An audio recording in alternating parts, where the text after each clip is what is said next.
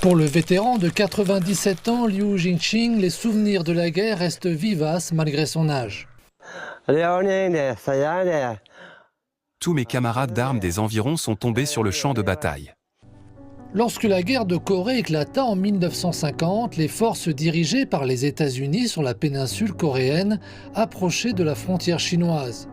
Les forces chinoises, connues sous le nom d'Armée des volontaires du peuple, se battirent courageusement jusqu'à l'armistice de 1953, maintenant la stabilité régionale.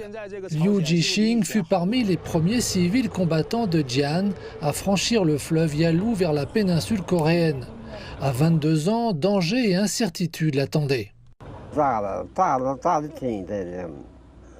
Une fois arrivés, chaque maison que nous voyions était rasée. Nous ne pouvions pas faire passer nos provisions, et l'ennemi nous bombardait 9 jours sur 10. En 1950, Jian devient un point de passage clé pour les volontaires chinois. Sa proximité avec le fleuve Yalu et son terrain relativement accessible permettaient aux soldats comme Liu Jingqing de traverser rapidement et de soutenir l'effort urgent de défense nord-coréen. Il y a 75 ans, Liu Jingqing et ses camarades vétérans partirent de ce lieu même connu sous le nom de Premier Passage pour combattre sur la péninsule coréenne.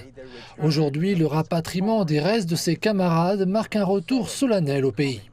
Depuis 2014, les restes des volontaires du peuple chinois sont rapatriés depuis la péninsule coréenne. En Chine, on rend hommage aux soldats disparus avec le plus grand respect pour leur sacrifice. Pendant la guerre de Corée, un grand nombre de volontaires furent tués près du 38e parallèle, un théâtre de bataille majeure. En tant que membre de la 38e armée, connue sous le nom de Longue Vie à l'armée, Liu Jingqing participa aux batailles de Samsori et Yongwon-ri. Lors d'une des batailles intenses, alors que les munitions venaient à manquer, il combattit au corps à corps, utilisant un tube de dynamitage pour repousser les forces ennemies. À l'époque, nous nous battions vraiment sans tenir compte de nos vies.